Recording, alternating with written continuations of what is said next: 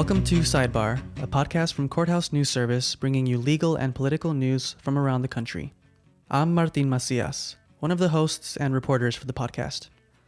This week, reporter Nina Polano chats with our colleague Nick Iovino about a federal trial over a mishap at a fertility lab that destroyed thousands of frozen embryos.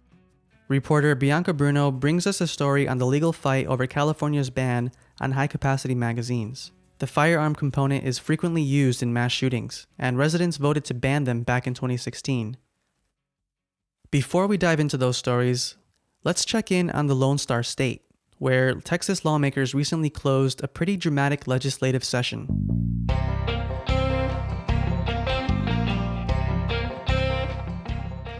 Over Memorial Day weekend, Texas lawmakers wrapped up their biennial legislative session.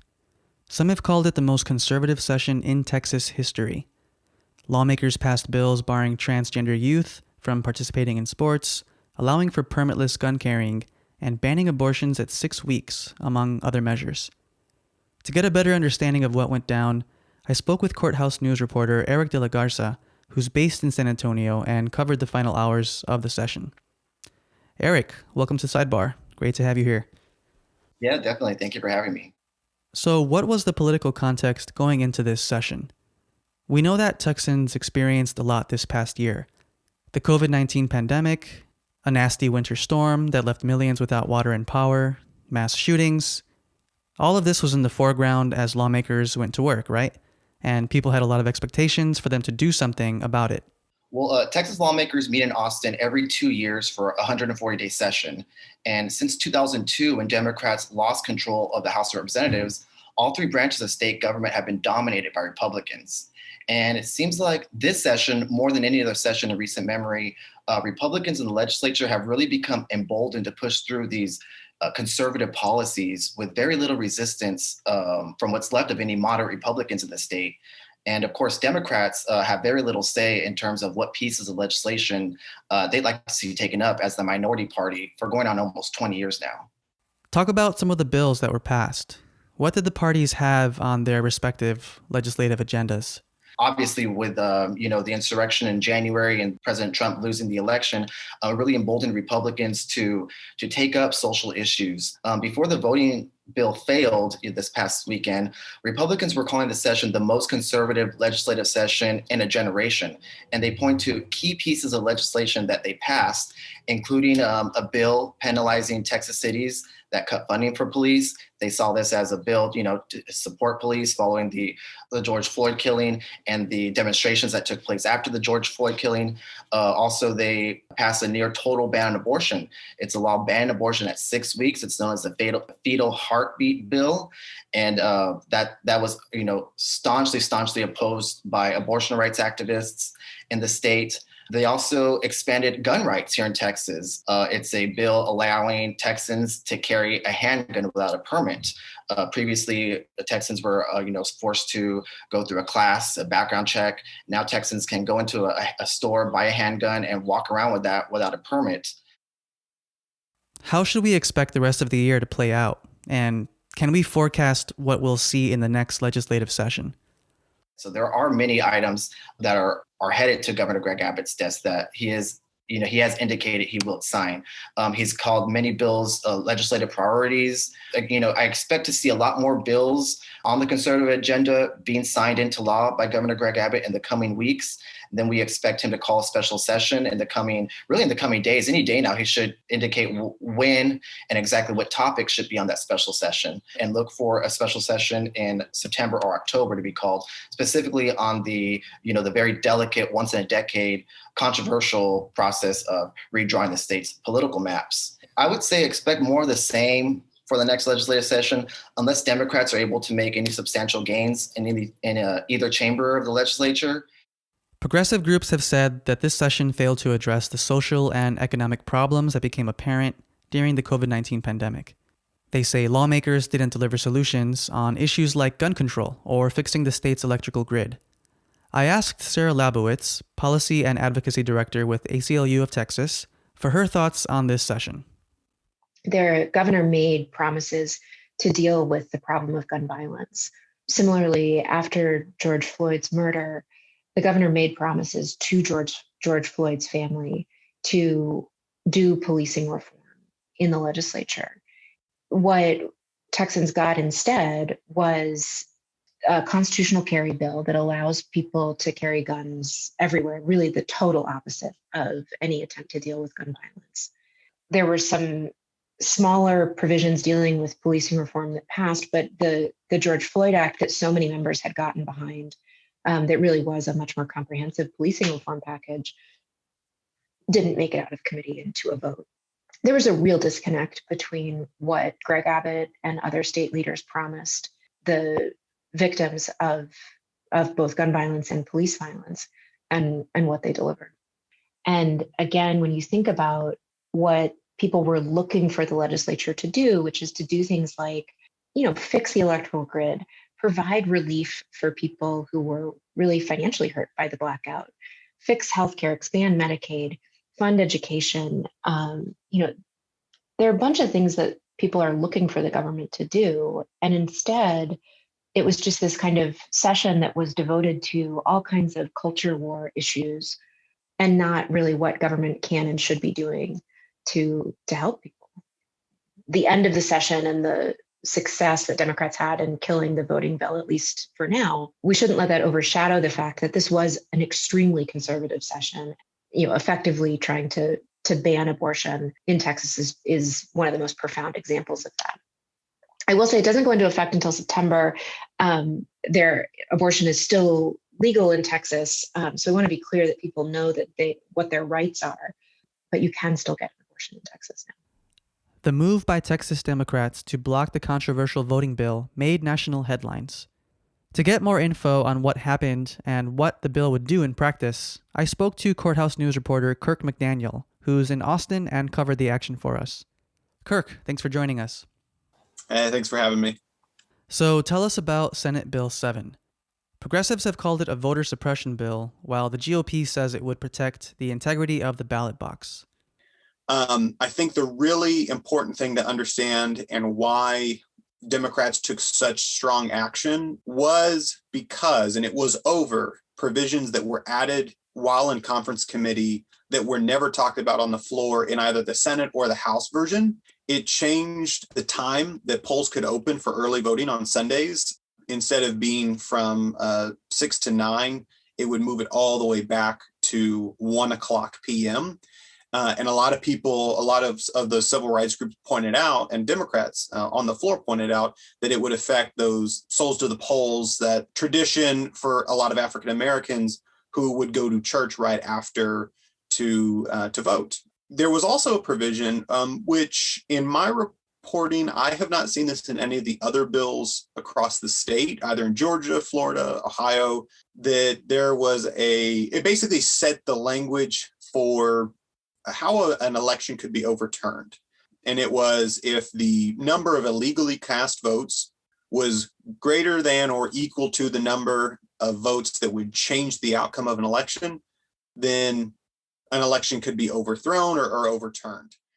Critics have said the bill would lead to a less safe election process and longer lines at polling places. What do you make of that?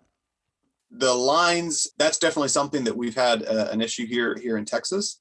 I'll even point to the 2020 primary elections. We had a gentleman in Houston who waited until, I believe, 4 a.m. To cast his vote. And the lines were incredibly long during that time. A lot of Democrats on the House floor drew upon a lot of historical context to say that these sort of provisions have a bit of a racist past, especially when it comes to voter intimidation, where you have white people coming from wealthier areas and they're going into communities of color just to poll watch. Talk about what the Democrats did to stop this bill. When Democrats walked out of the Texas House, they broke quorum, basically meaning that no legislative action can happen on the floor that is legitimate because there is not enough, there's not 2/3 of the House there to be party to it. When they walked out, almost, I'll say 20 minutes or so, Governor Greg Abbott put out a tweet saying that there's going to be a special session. So We're not quite sure when we're going to get that special session, if he's just going to wait until the fall. I will say it's safe to say that the bill for right now is dead. I would be very surprised not to see it come back up, especially now since election integrity is such a popular rallying cry for conservatives and for the Republican Party across the country, especially here in the state. Sarah Labowitz told me what it meant to see the GOP voting bill blocked for now. It was just this feeling of disbelief that this really terrible bill that we had advocated so strongly against was dead.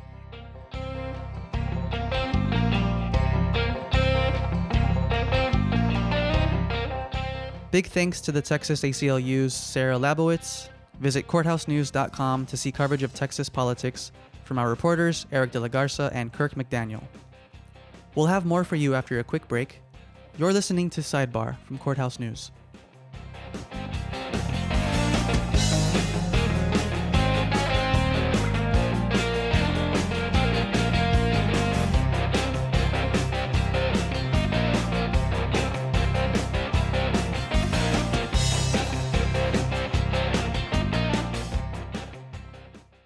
A mechanical failure at a lab in San Francisco, California, triggered a federal lawsuit by people who had hoped the lab could help them have biological children.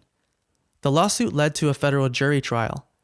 Courthouse News reporters Nina Polano and Nicholas Iovino chatted about the case, which could establish how courts handle liability in these matters. A quick note, Nina recorded this interview while the trial was ongoing, so you'll hear about what testimony the jury heard and how each side argued its case. We do have an update on the verdict, which I'll share with you after this. Here's Nina's story.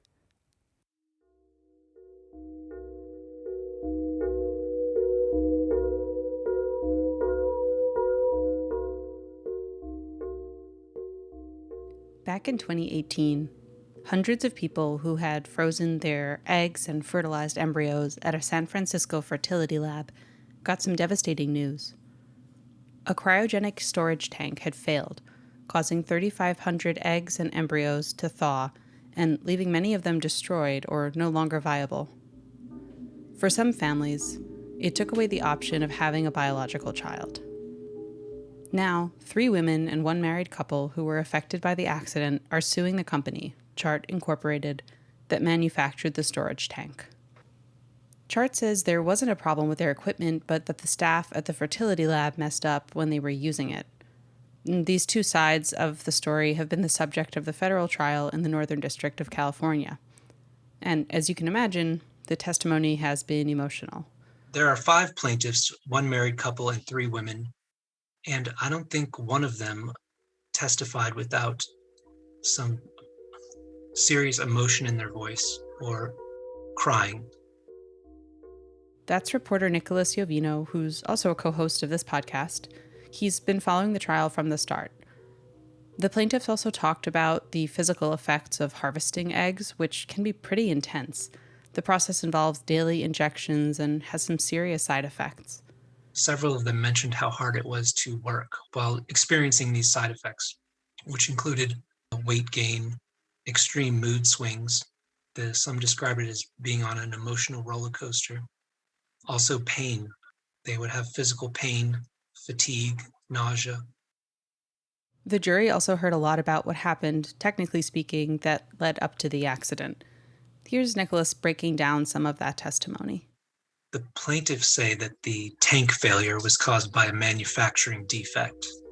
They point to design specifications for the tank that say a certain kind of weld was supposed to be used, a full penetration weld, but in the actual manufacturing of it, a seal weld was used. They say this is a weaker weld that comes with problems and that it's more susceptible to stressors such as the constant heating and cooling of the liquid nitrogen that is going into the tank to keep the frozen eggs and embryos cold. The tank manufacturer says that this tank failure was caused by a misuse of its product. The tank manufacturer has tried to point out a lot of things that they say the lab employees did wrong. For example, 17 days before the accident, a controller device on the tank started giving off the wrong readings on levels of liquid nitrogen.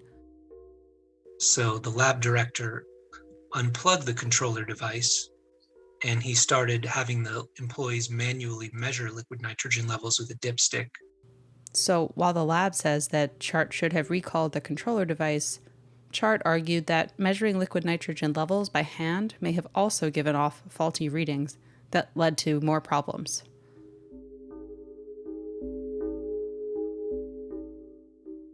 Chart also says the lab should have transferred the eggs and embryos to a backup tank as soon as the problem started. We should note that the plaintiffs also did sue the fertility lab, and those claims were sent to private arbitration. During the trial against Chart, the freezer tank was in the courtroom for the jury to see, and there's of course been a lot of technical analysis, but testimony has also been strikingly personal. What struck me the most is these people kind of putting their very personal lives in the public record to try to hold the tank manufacturer responsible. They have to talk about why they decided to freeze their eggs and what they went through, describe their own emotional pain. A few of them actually talked about kind of feelings of shame and how, well, they described how it felt when they finally got their eggs frozen. It was a feeling of relief and hope, but also sadness and shame that they were not at a point in their lives where they could have children, and maybe not at a point in their lives where they thought they would be. And the psychologist who testified also discussed that and said that's very common. She said it's also common with men as well who have fertility conditions. Ultimately, the plaintiffs want Chart to be held liable for the tank failure. Some of the plaintiffs paid more than $10,000 out of pocket for fertility treatments and to freeze and store the eggs, so they're seeking to recover that money. But the plaintiffs say this property that they lost is priceless, and no amount of money is going to replace their being able to have children or make up for them no longer being able to have children as a result of this accident.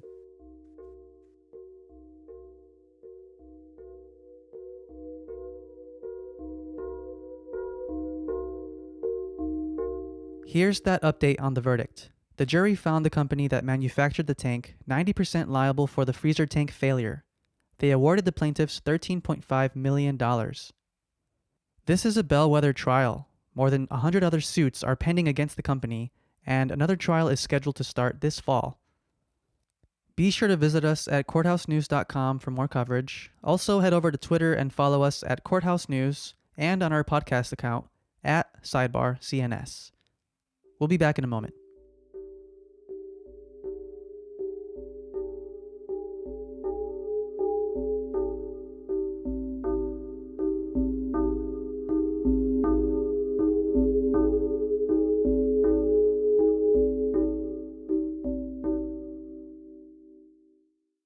In 2016, California voters approved Proposition 63, a sweeping state initiative banning high-capacity gun magazines. In August 2020, a Ninth Circuit panel struck down the proposition, saying it violated the Second Amendment. Bianca Bruno brings us this report on the latest chapter in the Golden State's battle for gun reform. Californians don't want the ammunition most frequently used in mass shootings available in the Golden State. In 2016, 2/3 of California voters enacted Proposition 63, the state's ban on large-capacity gun magazines which hold 10 or more rounds of ammunition. But the LCM ban, and voters' will, now hangs in the balance.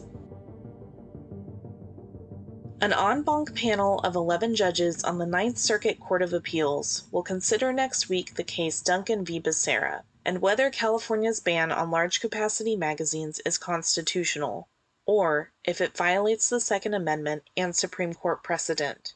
The court hearing comes following a recent mass shooting in San Jose, where a transportation worker shot and killed 9 of his colleagues before killing himself. At a press conference after the shooting, California Governor Gavin Newsom asked, "What the hell is wrong with us?" And here we are, in the United States of America. We're experiencing something just is not experienced anywhere else in the world. There's a sameness to this. And that numbness, I think, is something we're all feeling. All of us gathered here today, looking at this scene, listening to governors, mayors, chiefs, speaking similar tone and terms, expression of condolences, all the right emotions and perhaps the right words, but it begs the damn question, what the hell's going on in the United States of America? What the hell's wrong with us? And when are we going to come to grips with this? When are we going to put down our arms, literally and figuratively, our politics, stale rhetoric, finger pointing? The gunman in San Jose shot 39 rounds. Large capacity magazines with more than 10 rounds were recovered at the crime scene. California isn't an outlier when it comes to regulating gun accessories. 8 other states and the District of Columbia also have LCM bans. And between 1994 and 2004, large capacity magazines were banned throughout the country. But when the Violent Crime Control and Law Enforcement Act expired in 2004, formerly banned LCMs and weapons were legal to own again. Esther Sanchez-Gomez is an attorney at the Giffords Law Center to Prevent Gun Violence. She said the 10 years when LCMs were banned in the United States produced some jaw-dropping data. While the large capacity magazine ban was in place, the federal ban, deaths by mass shooting were 70% less likely to happen. That's a huge number. And when we look at just the number of high fatality mass shootings that occurred in that 10 years, they fell by 37% after the ban was in place. And then when it lapsed, they increased by 183%. And then the likelihood of death increased by 239%. So really the takeaway message is that large capacity magazines make mass shootings easier to carry out, and they make them significantly more deadly. In the absence of federal legislation banning or regulating who could own LCMs, states like California wrote their own laws or strengthened what they already had on the books. But gun rights advocates have argued those state laws infringed their right to defend themselves in the home, as codified by the Supreme Court's Heller decision. Retired ER doctor Bill Durston is president of Americans Against Gun Violence, a nonprofit which filed an amicus brief in favor of Proposition 63. He said the so-called Heller test used by judges when weighing whether state gun laws comply with the Second Amendment misrepresents the landmark Supreme Court decision. Pro-gun judges have come up with what they call the Heller test, saying that if a gun or gun-related paraphernalia is not both dangerous and unusual, then it's constitutionally protected. Well, there's nothing in Heller that says that explicitly, and certainly there's nothing in the history of the writing and ratification of the Second Amendment that says that. That test has been used in court by U.S. District Judge Roger Benitez, who has been assigned several cases challenging California's gun laws. Just last week, Benitez blocked California's decades-old ban of assault weapons. In that order, he compared AR-15 assault rifles to the Swiss Army knife, saying they are good for both home and battle. Benitez also blocked California from enforcing Proposition 63. He said in a San Diego courtroom in 2018, women could be, quote, raped and dead without access to large-capacity gun magazines to protect themselves at home. Sanchez-Gomez said stats on gun use for self-defense show that just isn't the case. Large capacity magazines really only have utility for shooting a lot of rounds really quickly. The stats show that when people act in self-defense in their homes, they really only shoot a few rounds. The national average is 2.2 shots, and the California average is 2. So why would you ever need more than 10 rounds to defend yourself in your home when no one's actually acting that way? Gun rights groups have their own take. You'll need what you need when you need it. And if you're limited by the government with an arbitrary number, there will be more victims because they did not have the ability to use the maximum capacity that they felt they needed to defend themselves. Plain and simple. The number was picked out of a hat. At the time that the 10-round magazine was established, there were very few firearms across the country that had only 10-round magazines. That's Sam Paredes, Executive Director of Gun Owners of California, a nonprofit Second Amendment lobbying group.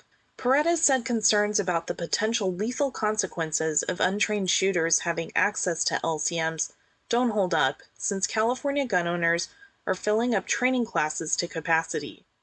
If we want people to use firearms accurately, wouldn't we want them to use the firearms that are the easiest to use, are the most accurate, and can be configured to fit them, allow them to instinctively shoot well? Well, that is the definition of an AR-15. The government, on the other side, is arguing that, all of these attachments on ARs give criminals the ability to shoot them faster and more accurately. Well, they don't address the fact that law-abiding citizens need firearms that are more accurate and faster to shoot well and easily in order to defend themselves. Gun reform advocates want California's large capacity magazine ban upheld to prevent deaths during mass shootings. While it's currently illegal in California to import or purchase LCMs, the state has paused enforcement of Proposition 63 as the Duncan case has made its way through court. And during a 1-week gap between an injunction from Judge Benitez against the law and a stay of his order pending appeal, hundreds of thousands of LCMs are believed to have been legally purchased by Californians. Paredes pegged that number at 1 million. We call that Freedom Week. Californians from the Oregon border to Southern California, the Pacific coast to the eastern border, ordered and purchased upwards of 1 million magazines were purchased by Californians legally. And that decision basically legalized all of the large capacity magazines that were in private possession in California in that week. The Duncan case just isn't about mass shootings. It's become a lightning rod for how courts interpret states' gun reform measures to be consistent with the Second Amendment after the Heller decision. A decision gun reform advocates worry has undone their efforts to stop gun deaths. Here's Dr. Durston again. The ban on large capacity magazines is mainly to address mass shootings. And as horrific as they account for a tiny fraction of day in and day out gun-related deaths in our state and in our country. So in a way, the more important thing in Duncan v. Becerra is stopping this trend toward the gross misrepresentation of the Second Amendment. It's actually probably more important from the public safety point of view that we put a stop to this magnification or extension of the harm done by Heller.